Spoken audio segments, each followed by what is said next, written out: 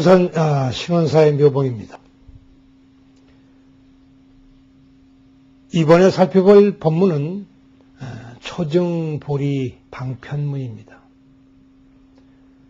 부처님 49년 법문이 다름 아닌 이 방편의 문을 보이신 것입니다. 어떤 때에는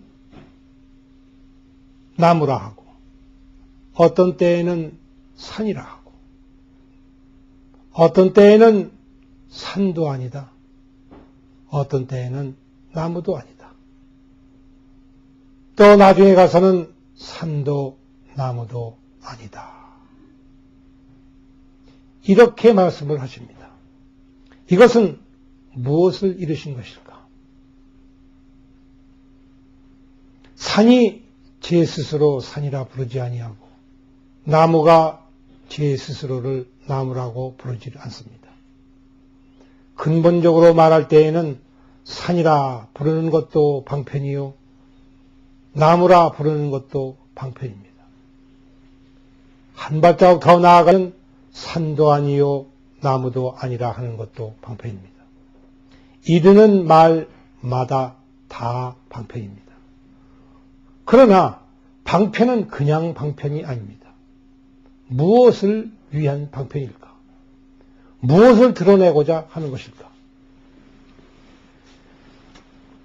우리는 어떠한 난해한 문제를 해석하기 위해서 가지가지로 방법을 머리를 써서 만들어냅니다. 설명하기 위해서 혹은 그것을 다루기 위해서 여러 가지 논의를 생각해 봅니다. 그러나 부처님께서는 그런 것들을 어떻게 다루실까? 중생을 위해서 중생을 이미 벗어난 부처님이 중생을 위해서 중생에게 걸맞는 방법을 생각해내고 그와 같은 말을 하기 위해서 노력을 하신다고 할 것 같으면 이것이 과연 부처님다운 일일까? 이미 우리는 앞서에서도 이와 같은 문제를 잠시 살펴보았습니다. 만약에 부처님이 중생이 당신의 밑에 있는 어리석은 중생들이라고 해서 그들을 위해서 따로이 당신과는 아무 상관도 없는 그런 방법을 생각해냈다고 할 것 같으면 이 부처님은 올바른 부처님이 아닙니다. 이것은 권위주의에 찌든 아주 극도로 사악한 부처님이 되고 맙니다. 있을 수 없는 일입니다. 부처님의 방편은 이와 같이 해서 중생을 위해서 따로이 만든 방편이 아닙니다. 부처님의 방편은 이와 같이 해서 목적의식을 가지고 만들어내 놓은 방편이 아닙니다. 암을 사실 때에 사람이 그 정도밖에 못 되기 때문에 암을 살아야 했다든가, 반야를 서하실 때에 중생이 그 정도의 위치밖에 안 되기 때문에 그렇다든가, 법화나 화암을 설하실 때에 그 단계가 따로 있어서 마치 낮은 데에서 높은 데로 올라갈 때에 사닥다리를 타고 올라가듯이 부처님 법문도 한 가닥 한 가닥 계단을 밟아서 올라가는 그런 방법이 있다고 하면서 이를 일컬어서 부처님의 한없는 방편이라고 이른다고 할 것 같으면 이것은 바로 불자로서 가장 큰 죄를 짓는 일이 되고 맙니다. 부처님에게는 그와 같은 계단이 없습니다. 즉 단계가 없습니다.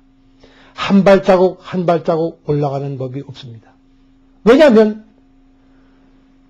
근본적인 보리라고 하는 것은 그 자체가 이미 어떤 특별한 모양이 있는 것이 아니며 보리라고 하는 이름을 따로 가지고 있는 것도 아니며 부처님만이 가지고 있는 것도 아니며 중생에게 없는 것이라고는 더군다나 할 수 없기 때문입니다. 없다면 우리는 영원히 가질 수가 없어야 할 테인데 부처님이라는 매개체를 통해서 이것이 얻어진다고 할 것 같으면 이것은 앞서서 밝혔던 바와 마찬가지로 우리 자신이 이미 가지고 있던 것이거나 가지고 있었는데 다만 몰랐던 것이거나 일 뿐입니다. 따라서 부처님의 방편은 중생을 제도하기 위한 방편이 아닙니다. 무엇을 목적을 만들어내놓기 위해서 일구어 놓은 방편이 아닙니다. 어떤 방법이 아닙니다. 거기에 특별한 제도 장치가 있는 것이 아닙니다. 법률이 있는 것이 아닙니다. 거기에 확정된 의미가 있는 것이 아닙니다. 그런데 이것을 찾는다면 이것은 부처님의 방편이 아닙니다. 여기에서 문득 이르는 소리가 보리방편문을 초증하였다. 증험한다고 하는 문제는 보통 일이 아닙니다. 증험한다고 하는 것은 직접 내가 체험해서 실제로 그를 맛보기 때문에 이런 말씀입니다. 내가 맛본다고 하는 것은 내가 이미 맛볼 줄 알기 때문입니다. 한 번도 먹어보지 않은 설탕을 맛보면서 누구나 다 똑같이 달다고 얘기합니다. 달다고 말할 때 이것이 곧 방편입니다. 말하지 않으면 아무도 모릅니다. 그런데 문득 얼굴을 환히 밝히면서 야, 달다. 그 말 나오는 소리는 다 다릅니다. 어린애가 할 때에 다르고 어른이 할 때에 다르고 다 다르지만 달다고 하는 표현에는 아무런 차이가 없습니다. 이것은 이리 둘러대기도 하고 저리 둘러대기도 하고 이렇게 맞추기도 하고 저렇게 짜맞추기도 하지만 그것을 방편이라고 하는 것이 아닙니다. 맛보고 그 맛을 알아차리는 것이 그대로 방편입니다. 여기에는 따로 배우는 것이 없습니다. 그 자체 본래 가지고 있는 것이요. 그것이 스스로 드러나는 모습입니다. 이 방편은 다름 아닌 우리의 본분이 그대로 드러나는 방편일 뿐입니다. 배워서 얻는 방편이 아니기 때문에 이것을 초증보리 방편이라고 하였습니다. 이 문에 우리가 어떻게 들어서는가? 그 들어서게 하는 과정, 그 들어섬을 그 자체를 우리가 천수천안이라고 했던 것이 아닐까? 천 개의 눈이 따로 있는 것이 아니듯이 천 개의 손이 따로 있는 것이 아니듯이 저 한없는 방편이라고 하는 것은 내가 깨우치기만 하면 스스로 얻는 그런 방편들입니다. 그리고 그 깨달음이 정확하면 방편도 정확해집니다.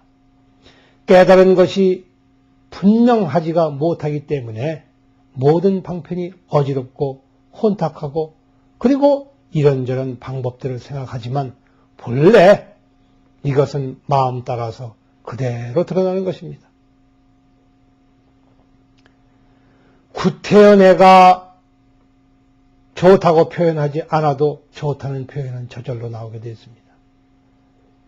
입이 어느 쪽으로 찌그러지느냐 어느 쪽으로 올라가느냐를 우리는 따질 필요가 없습니다. 그것은 각자 제 마음대로입니다. 그러나 누구나 그것은 보면 압니다. 살아있는 물건은 모두 다 똑같습니다. 체험하는 바가 똑같습니다. 그리고 하찮은 그런 체험이 아니라 근본적인 우리 바탕을 마음의 근본을 그대로 체험하는 그런 문이기 때문에 이를 초증보리 방편문이라고 했습니다.